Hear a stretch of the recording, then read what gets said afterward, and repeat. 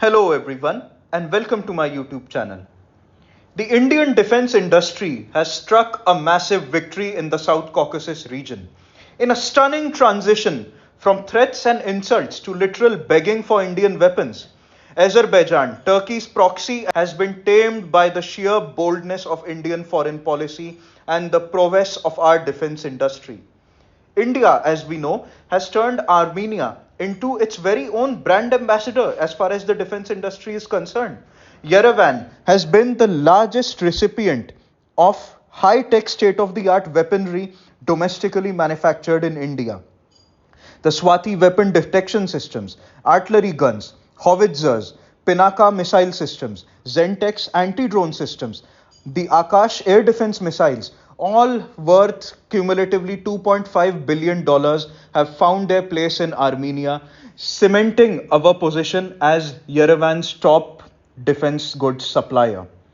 This massive tone change has taken place in Azerbaijan, from literally throwing childish tantrums, such as summoning the Indian envoy over the delivery of these weapons, and even taking cheap shots at the Indian defense products, calling them of a lower grade and of lower quality.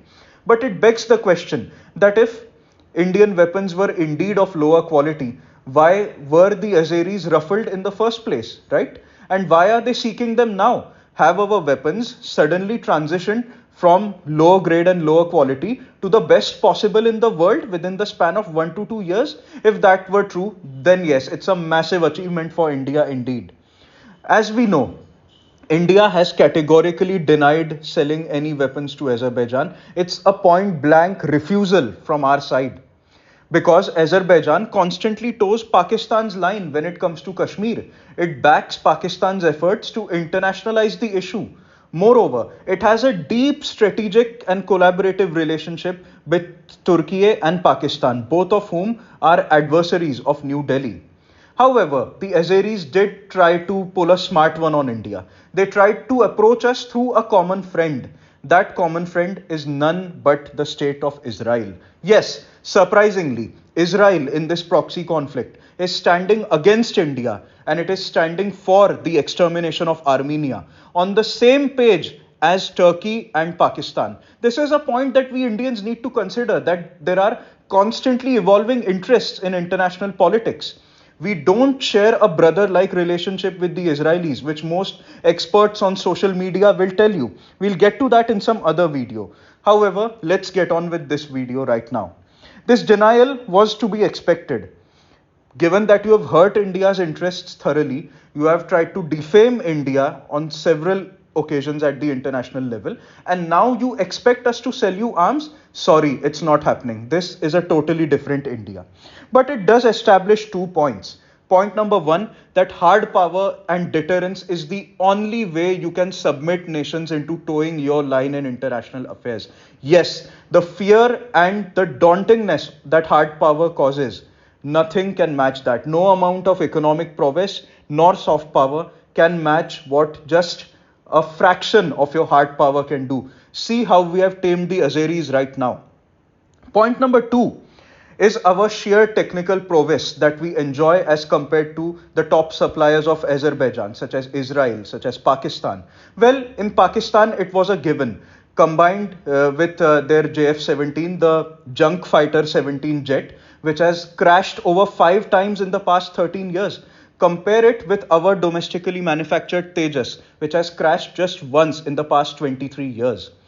Compare our air defense systems with theirs, which could not even detect our MiG-29 aircrafts when we carried out the Balakot strikes, nor did it detect our BrahMos missile, which was misfired in March 2022.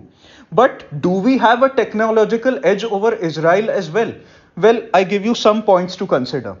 Israel's invasion of southern Lebanon has been nothing but an absolute disaster.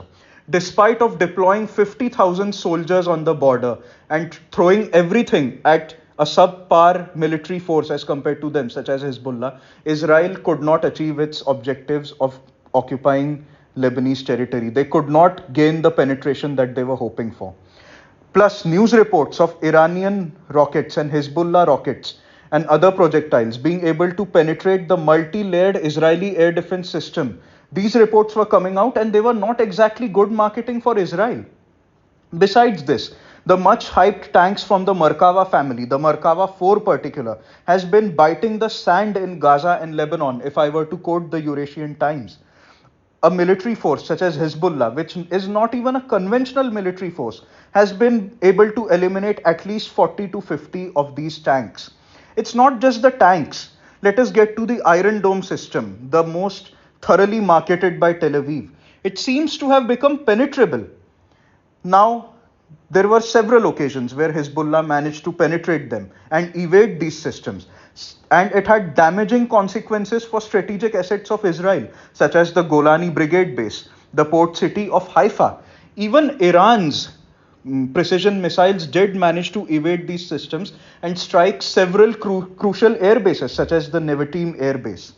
The ripples caused by such developments went way beyond Tel Aviv, and there was an earthquake in Azerbaijan, which is a massive importer of Israeli arms. 70% of their weapons over the past 5 years came from Israel. Naturally, these developments gave them cold feet. Given that their rival, adding into this, their rival Armenia is now equipped with the topmost Indian weapons available in the market, Azerbaijan has been tamed and it has been deterred. You will soon see them taking a much more softer stance on Kashmir and kind of decoupling from Pakistan. I see that happening in the near future. But the thing worth considering here is, how did Israel even think that we'll allow such a deal to materialize? They have a very good working relationship with India. There is a very close bilateral relationship. So couldn't they understand India even one bit? Indians are a completely different culture from the materialistic Western culture.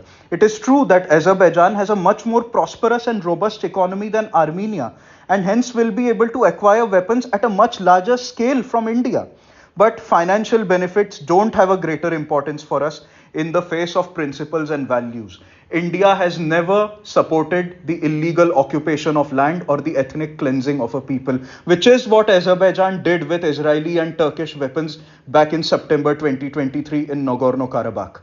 So I certainly believe that any talks for defense deals with Azerbaijan can only happen after Nagorno-Karabakh is handed over to Armenia with the rehabilitation of the ethnic Armenians over there. India has on multiple times been offered massive benefits of betraying in its allies, such as the Western Bloc did offer us a lot in exchange for betraying Russia during its military operation in Ukraine, but India chose not to leave Moscow's side, and here we have stuck to our alliance with Armenia. We are a country that values principles, trust, and bonds built on mutual interests.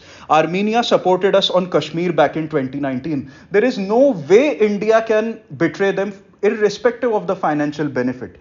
So I hope the Israelis, using our close relationship, dwell into Indian values a bit more and they try to understand the Indian psyche.